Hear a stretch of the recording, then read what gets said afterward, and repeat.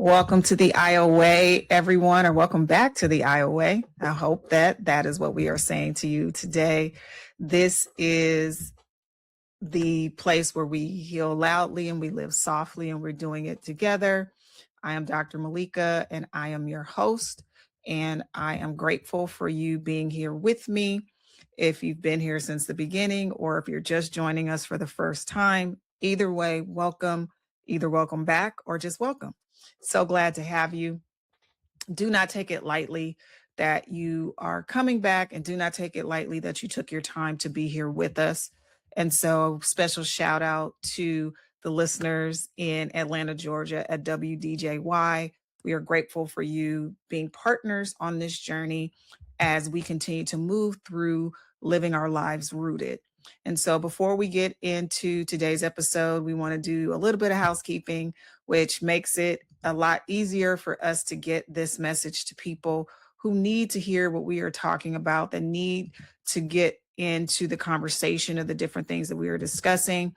So if this show has met you in a moment that you needed it, here are the 3 quick asks. First, I want you to hit that subscribe or follow wherever you are listening or watching, whether it be Apple Podcasts, Spotify, iHeartRadio, YouTube, or anywhere else where podcasts can be found. Following, we know, is probably the most powerful thing that you can do that helps the work reach other people who may need it. Second ask is, if you are on Apple Podcasts, leave a 5-star review and also leave one honest sentence about the show.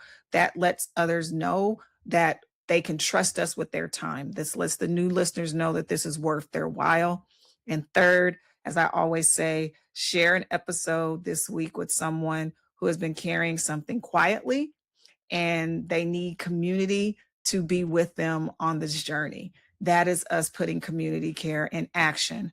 Remember, all of our platforms are linked in the show notes. Substack companion to this episode is now live, and our paid subscribers, so it pays to subscribe, will get extended practices this week, and we will get into what they will have available to them towards the close of the show.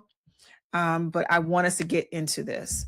So it has been a buildup. As I keep saying, all of these episodes are just a buildup from the very beginning of season number 2. And this journey that we're on is very intentional and very targeted. I wanted us to set foundations that allow us to continue to work along this journey, because again, we don't want this journey to just be haphazard. We don't want it to just be something that happens. We want the journey to be purposeful and intentional. And so a lot of the groundwork that we have set is better understanding yourself, better caring for yourself, giving language to what your experiences are. And the reason why that's important is because the better you know yourself, the better you deal with yourself, the better you are in relationship with other people. All right. So remember, if we are doing this work, part of this work is community, and we can't get away from it.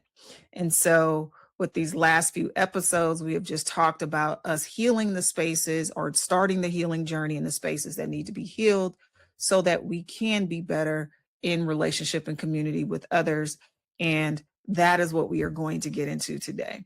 And so we are going to be talking about love, boundaries, and relationships that help us heal. So I want to start by saying something that I know in 2026 could probably be considered to be controversial, or has probably gotten a little complicated. Relationships are where most of our healing actually happens. It's not going to be in the journal. It's not at the retreat. It's not in those meditations that we do.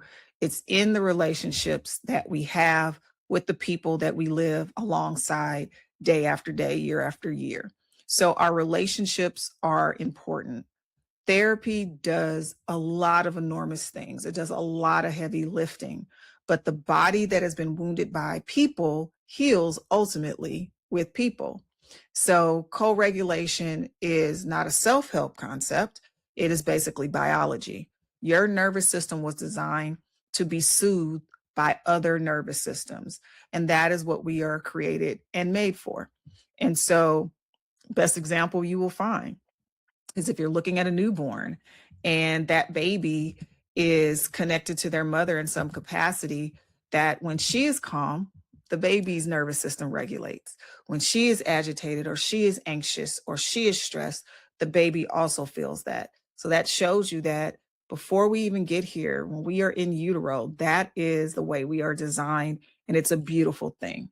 So the relationships that we have with other people matter more than we often give it credit for. Today, we are going to look at relationships that are running on overload. We're going to look at the fact that we're tired because we're caregiving. That has been complicated. That is a heavy weight. The boundary collapse that we deal with is real. We're managing more relationships and more screens and less ritual and more and fewer shared spaces than we should. And often we're looking at it, it's less than the generations that came before us. So we are pouring love into systems that are not designed to hold it the way it needs to be held. And many of us are exhausted. We're exhausted in ways that looks like irritability, it looks like withdrawal, it looks like resentment, or just a quiet kind of giving up. The numbers on this are actually sobering. You guys know I'm a stats person. I'm a numbers person. I am a social scientist by education and profession. And so this is something that I look into. The average adult in our country is managing more caregiving responsibilities. Their children, aging parents, partners, chronically ill family members, community than any other generation prior to them. The institutions that used to share the load, the things that we used to in previous generations have to go to, have thinned out. And we could spend multiple episodes talking about that dynamic. Extended families now live further apart. The church or the temple or the synagogue now plays a smaller role for many of us than it did for our grandparents. And the neighborhood block has gotten quieter. It's gotten more isolated. The weight that used to be carried by the village is now being carried by oftentimes one man or one woman in a household with a phone doing their best. If this is you, I want you to hear me. The exhaustion is not personal failure. The infrastructure is thinner than it ever has been, and your body is doing the work of 3 generations of people, it seems like all at once. This episode is for that person, the person that knows they need their people, and they also feel like their people are draining them. For the person who has been the overfunctioner in every relationship in their life, for the person who has been told that their boundaries are too rigid. Actually, they are probably still half built. For the person who has been told their boundaries are not enough, when actually they have been protecting more than the room can actually see. And for the person whose love has become a job that they did not interview for. We are going to walk through 3 chapters today in our handbook, our guide that we go to, Rooted in Resilience. And the 3 chapters are going to be the circle, the table, and the mirror. And we were talking about the mirror last episode. So you know these things are going to keep coming up. Each one of these is a different kind of relationship with its own rhythms. It has its own gifts. It has its own demands. And we are going to talk about the boundaries, which I think we need to redefine. I'm going to help redefine them for you in a way that I hope will be useful. Because the word boundary, like the word trauma last episode, has gotten used in ways that has flattened its meaning. So we will recover some precision, and hopefully at the end, we will look at the daily practice on how we can put this into action, how we can live in love with intentional limits in a way that lets the relationships actually do their job, which is to keep you tethered to your own life. So let's take a break, and then we're going to begin the work.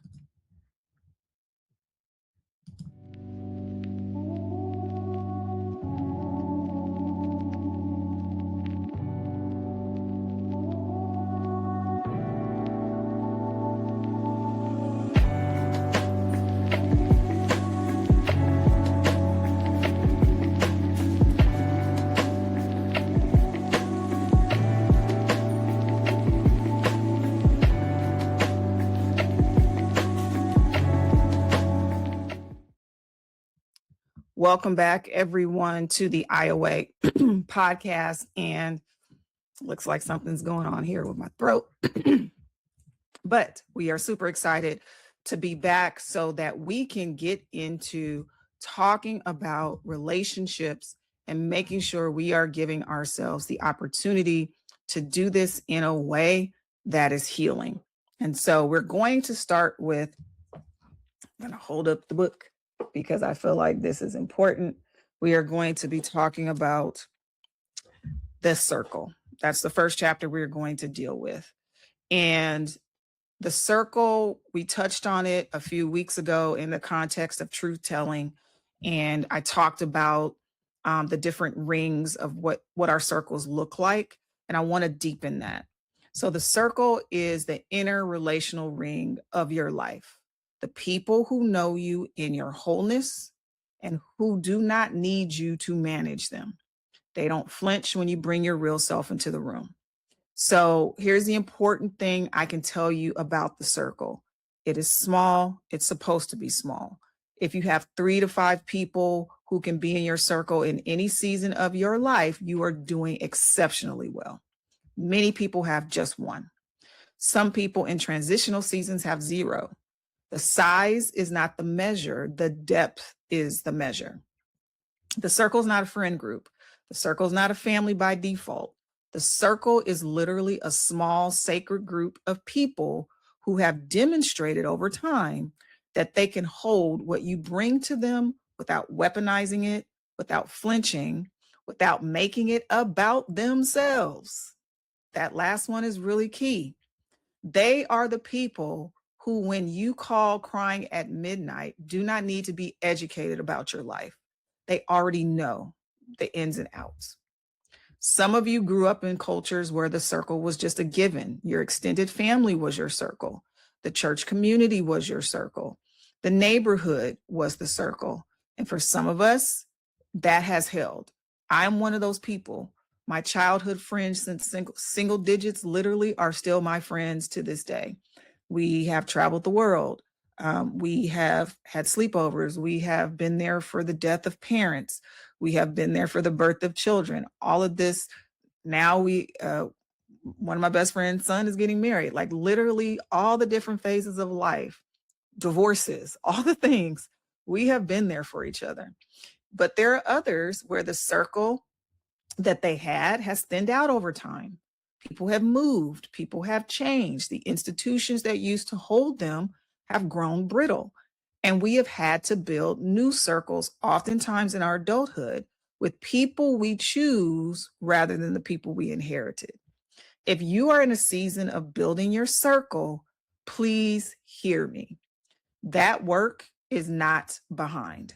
That work is one of the most important assignments of your adult life. Building a circle can oftentimes take years. It takes consistent showing up. This is key. It takes risk. It takes the willingness to be the first one to suggest a regular phone call, a Sunday dinner, a walk every other Saturday. Most adult circles are built by one person doing the work consistently for a long period of time, long enough for the other person or the other people to realize, oh, this is a thing. That is something that I want us to come back to because that's the key. What do we say? Can't be weary in well doing. Sometimes when we're building these circles, you can't get weary in the consistency. And here's another truth that I want us to name. Some people in your life will not be in the circle, and that is not a failure of the relationship. Different relationships hold different things. The cousin who's fun to laugh with, but not safe to cry with, that is a real relationship, and it does not have to be more than what it is. They're the cousin to laugh with. The friend from college who has known you for 20 years, but has never quite gotten past the post-30 version of you, that's real too. Not every long-term relationship is an inner circle relationship. Length is not depth. Familiarity is not safety. My favorite word, and we talked about this when we talked about naming things the last time we got into talking about the chapter on the circle, discernment. Please discern. Please discern. How do you discern? You watch what happens after you share something real. Did they receive it or did they redirect it?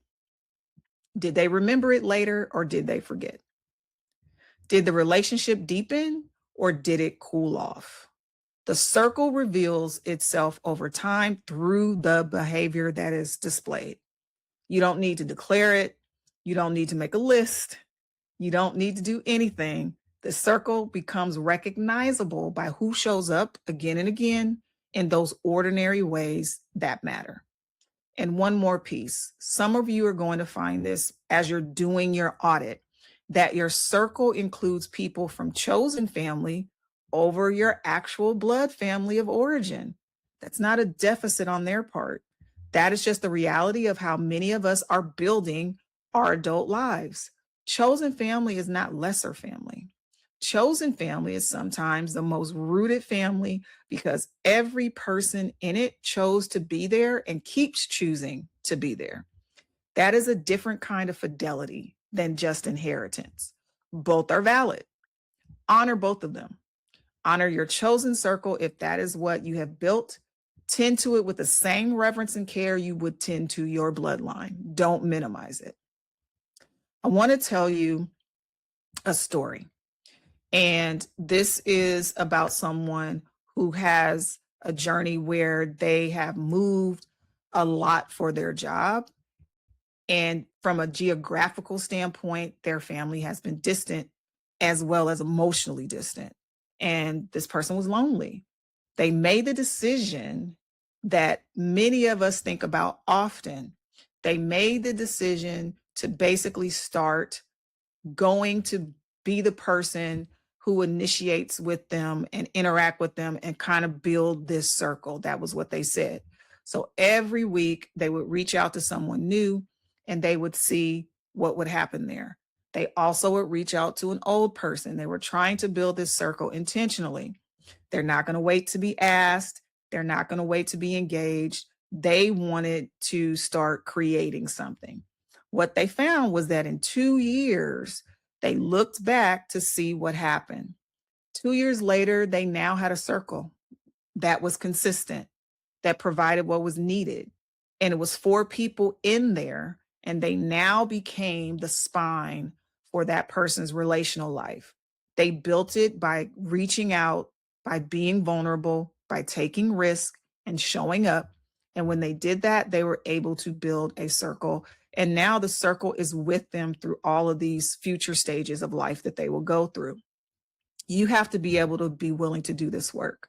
You are extending the invitation, and that invitation that you're extending is sacred work. This is you taking ownership and leadership of your own life. And one last thing I want to give us on the circle before we transition into the break. Tend to your circle. Most of us are passive about our circles. We assume that they will sustain themselves. They won't. Circles need to be watered. Circles need to be maintained.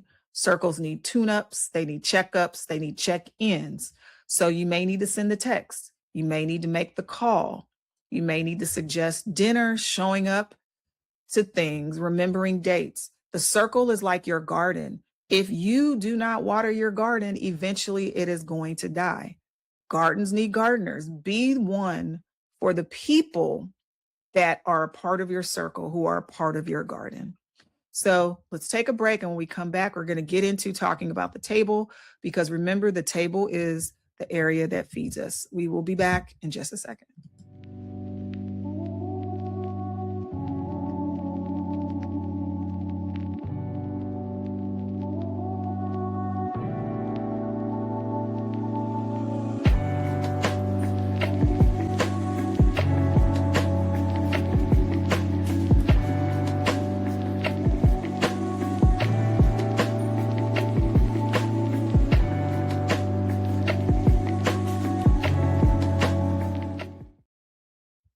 Welcome back, everyone. And I hope that our opening segment and framing into talking about the circle gave you some time to reflect on some things that are necessary for you. Now we are going to get into talking about the table. And I feel that This is probably one of, I won't say the most important, but I feel like it is a very important part of what we are doing, because we're talking about the people who feed us and who we also feed. And so I think that we need to get into talking about that, because that's really important. The table chapter talks about who you nourish. So this is a multi-directional relationship. It's who you nourish and who nourishes you. It's the flow of giving and receiving. Some of us have a hard time with the receiving because we're always giving.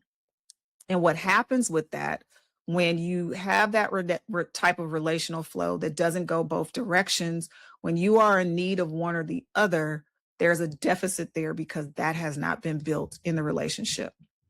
And you don't want to get yourself into the place where the flow gets lopsided, because that's what that is. So here's the question that I want you to sit with for the next few minutes. In your life right now, who do you feed and who feeds you? And I mean, take that literally and metaphorically. Literal might mean the meals that you prepare for others, and literal meals that others have prepared for you. People have taken you out to dinner, or people have invited you over for dinner, or you've done the same, literally and metaphorically. Metaphorically, talk about nourishment that you offer, your attention, your time, your support, and the nourishment you receive in return. For many of you listening, especially for Black women, eldest daughters, especially, ones who are chosen mothers, the helpers, the ones with the gift of presence, the columns are wildly out of balance for you. And I am speaking from inside the club. You feed many people. You are fed by few, or sometimes by none. Reciprocity is not about scorekeeping. We are not asking you to tally favors and be transactional. We are asking you to notice what the flow is, because the flow actually matters. If you only give and rarely receive, you will burn out. And the people you love will lose the version of you that they have been counting on. It's not because you're weak, it's because your body is closed down, because it's in this closed system. What goes out must come back in some form. The shape can vary, right? Money, food, time, attention, prayer, witness, whatever. But the flow has to circulate, or the body is going to collapse. Some of us have been taught that giving is more sacred than receiving. That's half teaching. Giving is sacred, but so is receiving. The relationships that heal us are the ones where both are honored, where you are allowed to be the one who is fed sometimes, and where you trust the other person to receive what you offer when it is your turn.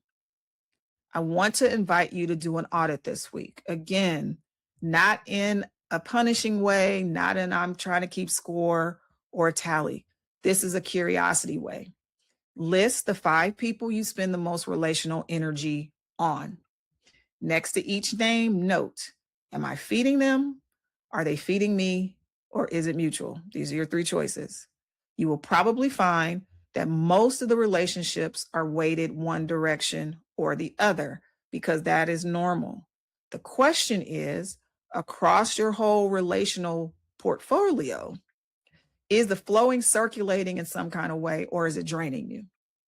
If the audit shows that you are mostly the feeder, you have 2 options. Option number 1, begin asking in small ways for the kind of nourishment you have been quietly going without. Most of the people in your life would love to feed you back. They have just not been invited to do so. Many of us have made ourselves so unaskable that the people who love us have stopped trying. Practice asking. Start small, and the pattern will start to shift. Option number 2, recognize that some of the relationships in your life are designed to be one directional. You feeding your child is appropriate for that season, especially if they're minor. It's going to be a one directional relationship and season with them until they get to the place where they can now come back. You feeding your aging parent is appropriate to the season. Again, it will start to be more one directional. You feeding a beloved person who is in a hard year is appropriate for that year. Those are not relationships that you need to renegotiate. Those are the relationships that you need to support. If you are the primary feeder of a one directional relationship, please make sure your other relationships are circulating. The reciprocal circle is what keeps you alive while you are able to do the one directional work in other spaces of your life. The table is literally the practice place. It is a literal practice. It is where we eat. It is where we cook. It is the act of sharing a meal. It is literally one of the oldest somatic communal healing rituals that our species has. The body that is fed in community heals differently than the body that is fed in front of a screen. So if your tables have gotten thin, build them back. Sunday dinner, the standing breakfast, the weekly soup night, whatever rhythm fits your real life, the table is not optional. The table is the daily container. And we talked about containers in the last week's episode. And while we're here, let me just say something about receiving. Receiving is a practice, and some of us have been such long-time givers that it's very awkward for us to do it. And I'm speaking again from inside the club. Somebody offers you help, we deflect. Somebody pays you a compliment, you minimize. Somebody brings you food and we apologize for needing it. That awkwardness is not a personality trait, it's learned. It's a learned muscle, which means it can be unlearned. This week, when somebody offers you something, help, time, a compliment, an act of care, practice saying thank you, and that's it. Just stop. No deflection, no redirection, no minimization, just thank you. Let the gift land in your body. Notice how strange that feels. That strangeness is because that muscle is remembering how to do it because it does not do this regularly. The more you practice receiving, the more you give the people who love you the gift of fullness. Refusing to receive is its own kind of withholding. Receive on purpose. It is part of the reciprocity. We're going to take another break. And then when we come back, we are going to get into talking about the other technology that we mentioned in the other chapter, which is the chapter on the mirror. We will be back in just a second.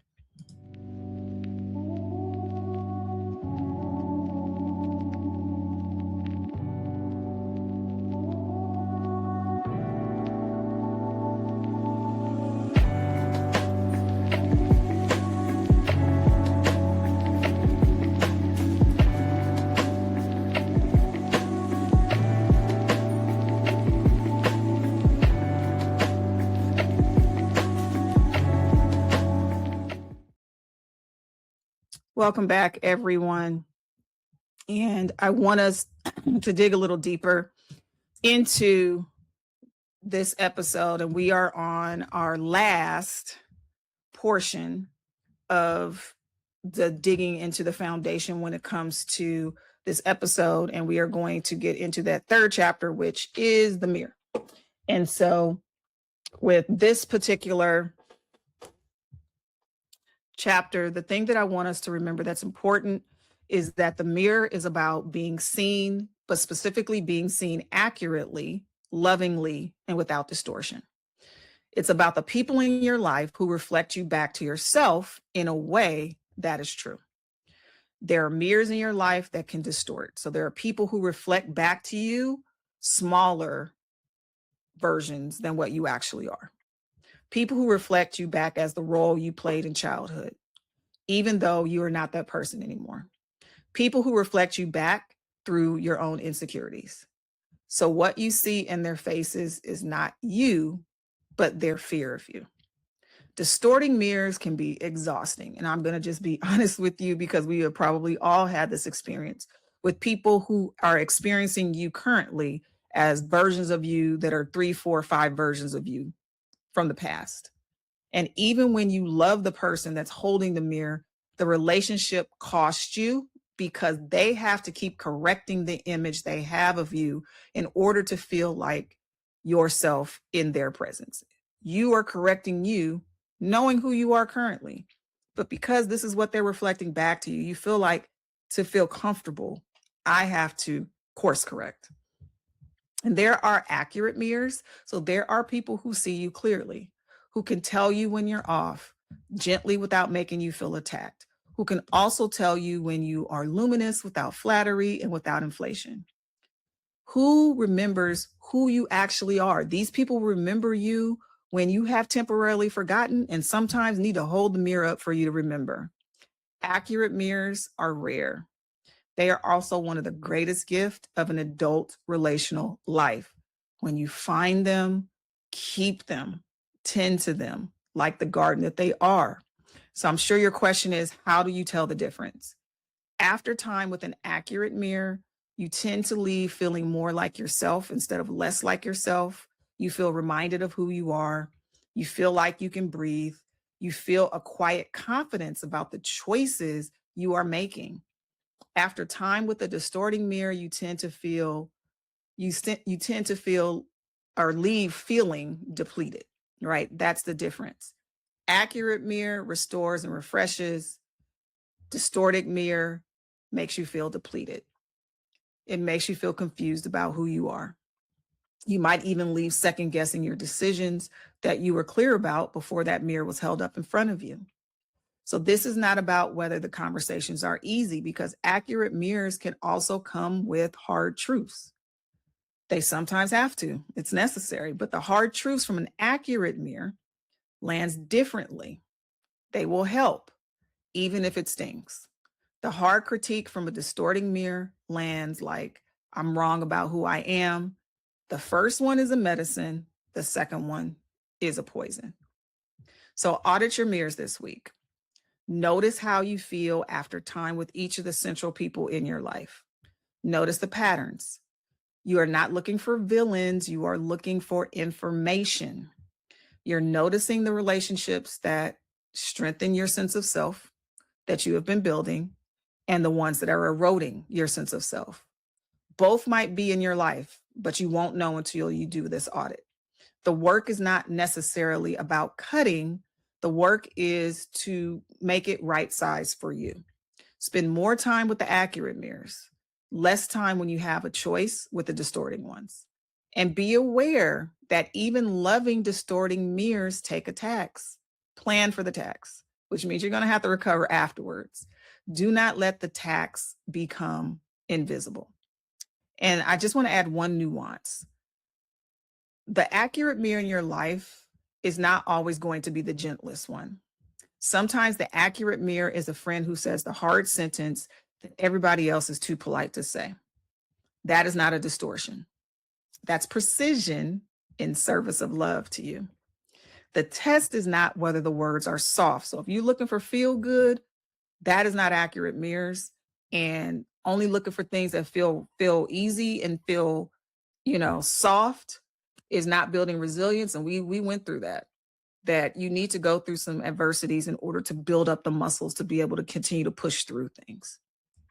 The test that you're looking for is whether this person is speaking in a rooted, well-intended way and are seeing you with care. That is the key. The tone is not about the relationship. A firm sentence is not saying this relationship is distorted. What we're looking for is accuracy. And when you're getting accuracy, that is important. So I want to give us an eye of pause before we transition out of here. And this is going to let you check in on what's actually happening inside of you. There are mirrors that you need to build for yourself. The more accurate your internal mirror, because remember, it always starts with you, the less you depend on other people's mirrors to know who you are. That's the freedom. That's the internal groundwork that you need to do.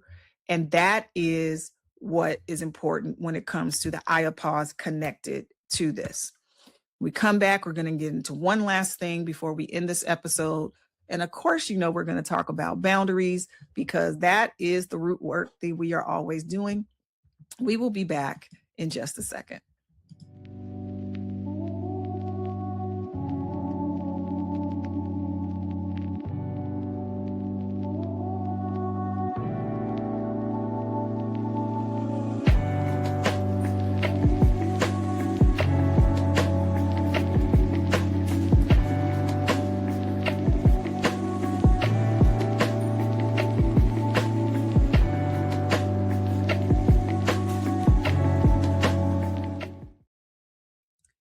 Welcome back, everyone. And we are going to get into talking boundaries because they are important. That's part of our root work. So we cannot talk about love and relationships without talking about limits because limits are important. And the way boundaries get talked about today, again, is not always helpful. We have flattened out the meaning of a lot of these terms. So let's talk about what it is because, again, something else is in popular language. Oftentimes, boundaries sounds like a wall or a barrier, and a barrier between you and another person, a series of no, and they're framed, in a way that they're not wrong, but they're also partially framing this for you.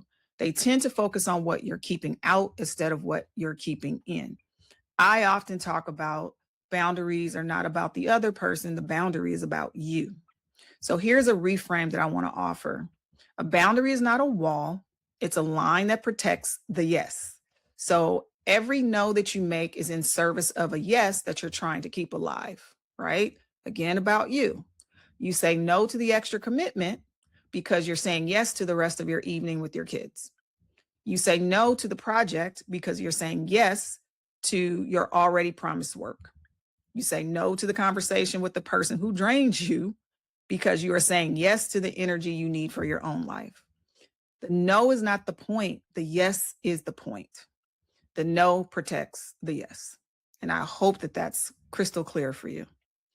This reframe changes the emotional weight of the boundary setting. When you experience your no as rejection of the other person, it can feel heavy, it can feel mean, it can feel complicated. When you experience your no as protection of your yes, it feels like an act of love.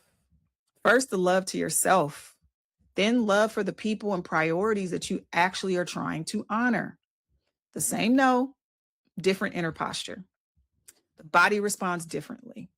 The relationships respond differently too. So here's the practice that I want you to take into this week. And I'm going to hit this quickly, and then we are going to get out of here for today. 3 steps.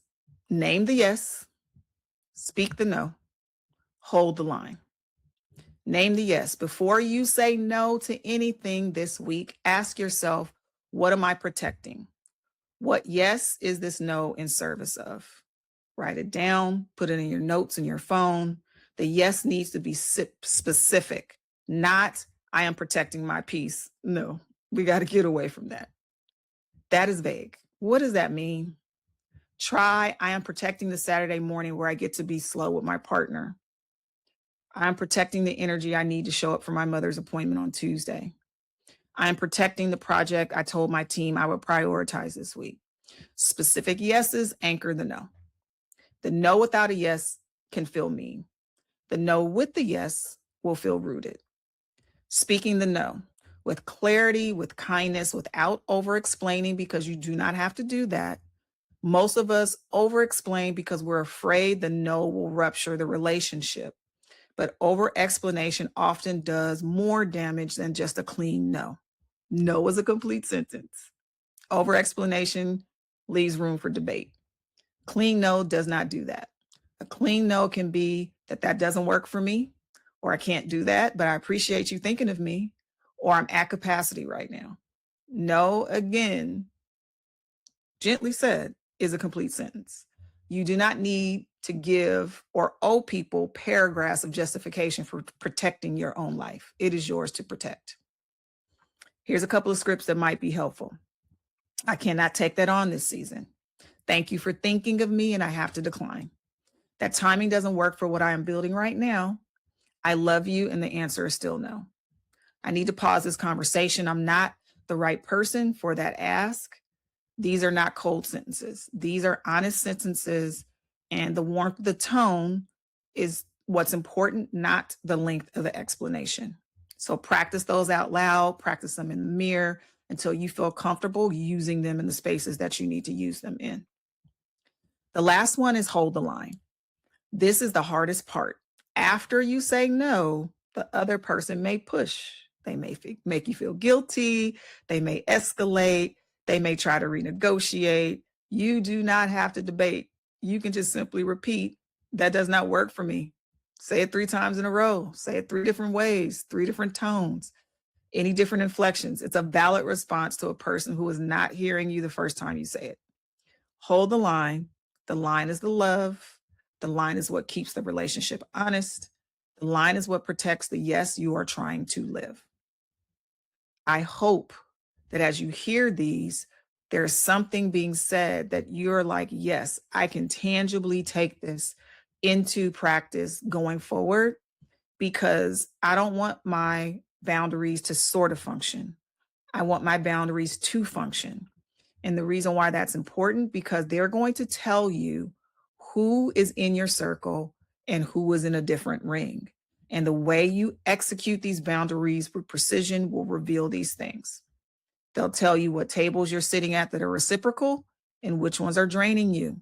They'll tell you which mirrors are accurate and which ones are distorted, because the boundaries are not the opposite of love. They are how love survives over time. Your boundary work is your root work.